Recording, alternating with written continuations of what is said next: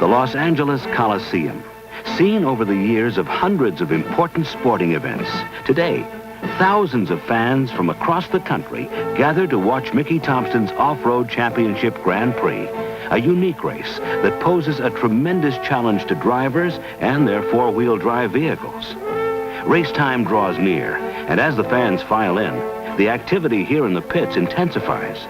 Mechanics and drivers make final adjustments, hoping to gain a fraction of a mile per hour of speed, trying to make their vehicle handle a little better on the tight turns. Drivers and pit crews came to California from all over the country. Many are pros, men who earn their living at the sport, like Sherman Balch. Sherman has won nearly every off-road race, including the Mexicali 250 and the demanding Baja 1000. This top driver is in car number 1, an International Harvester Scout. There's Jerry Boone, a Scout dealer from Parker, Arizona. Jerry not only sells Scouts, but puts them to the test right here where it counts. On Saturday afternoon, it's the practice session. Balch, the seasoned pro, and Boone, who hopes to upset the pros, each talked about the race and explained what they expected to happen. Never believed I'd be racing in the LA Coliseum. Usually I'm out in the desert, out in the middle of nowhere in Baja, in a 1,000-mile race across country. Now they've moved one and brought it indoors into the LA Coliseum, right downtown LA. We'll be starting on the 50-yard line. We'll be running down, to the north end of the Coliseum. Then we'll go through a couple of S's, up the bleachers, through the archways, back in through the archways, and leap out over the grandstand, down into the infield through another set of S turns, then down to a wide sweeping turn on the track, then back to the 50-yard line and starting the second lap. There won't be much passing on the straightaways. That'll be quite difficult. Most of the vehicles here will accelerate about the same.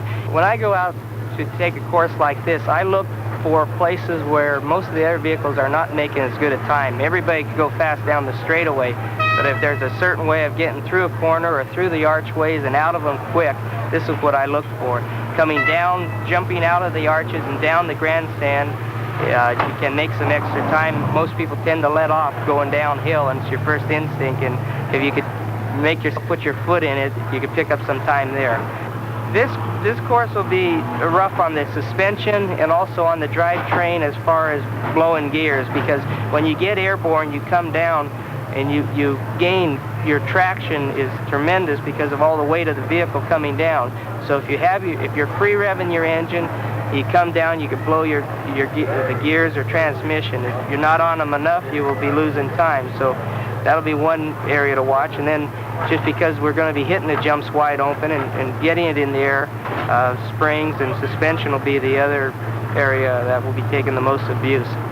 Well, I got started about 2 years ago. I went to a dealer show where they show all the new cars that come out, and they come out with this new SS2, and we were having a race in Parker, and it was just a good time to get into it, so we bought it. And it took us about 10 days to set it up for a race, and we raced in Parker the first time, and I think I got 10th place in that race, and we went to 6 more races that year, and I won the Baja 1000.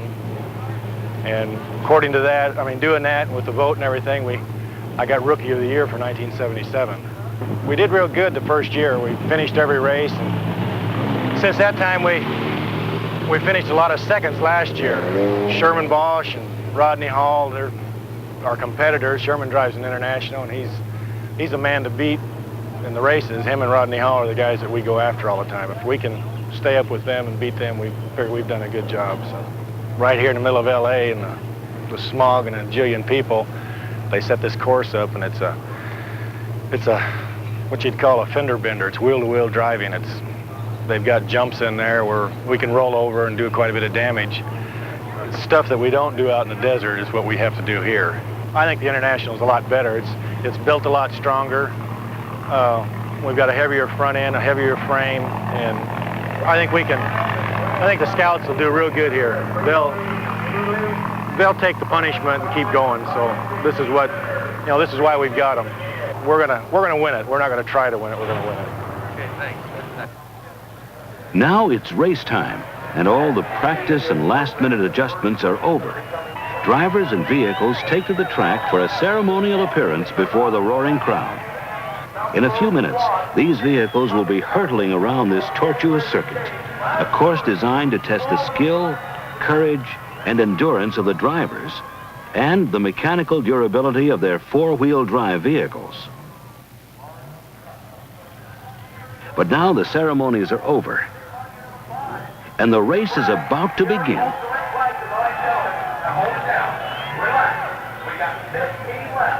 Relax now. Come on up here. Trim up. Side by side. We want a good, strong race. We want a good, even start.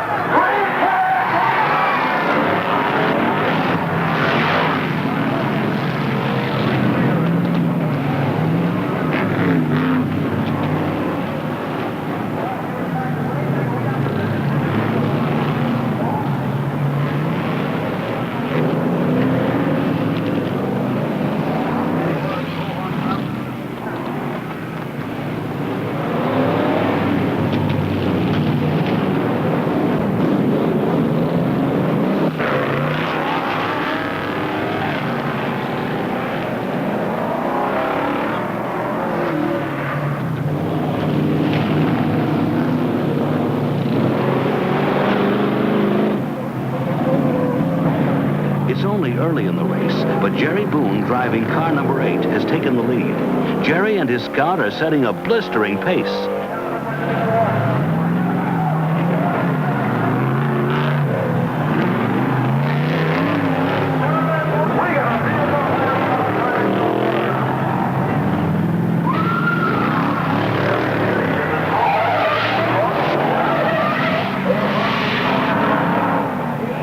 The cars have just finished the 6th lap, and there's plenty of action.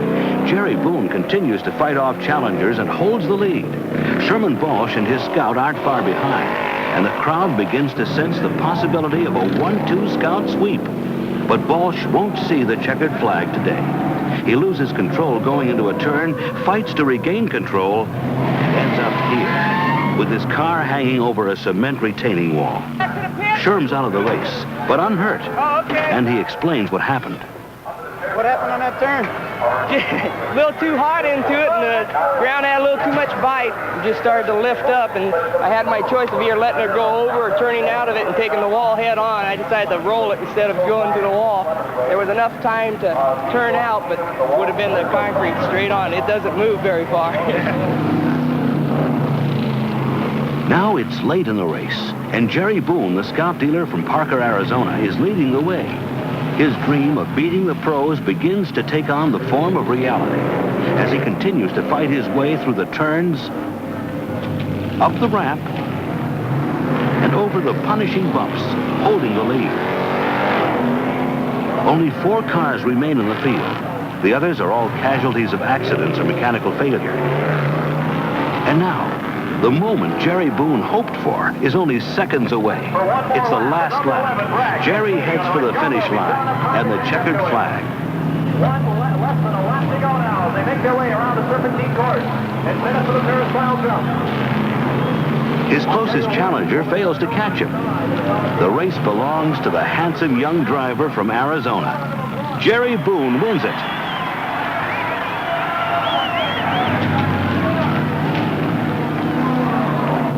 Now, the leader will come around, and right now, Don Lundberg is making his way with microphone to the winner, vehicle number 8.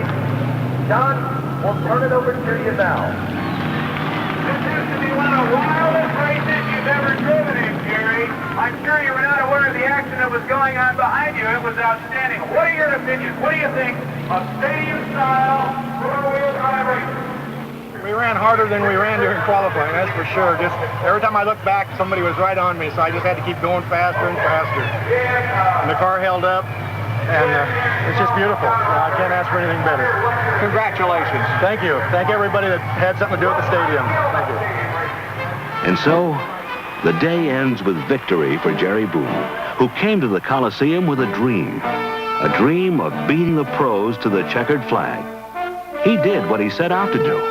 And even though he's savoring the sweet taste of victory, you can bet he's already thinking about other days, other crowds, other races. For Jerry Boone and his number 8 Scout, It's all just beginning.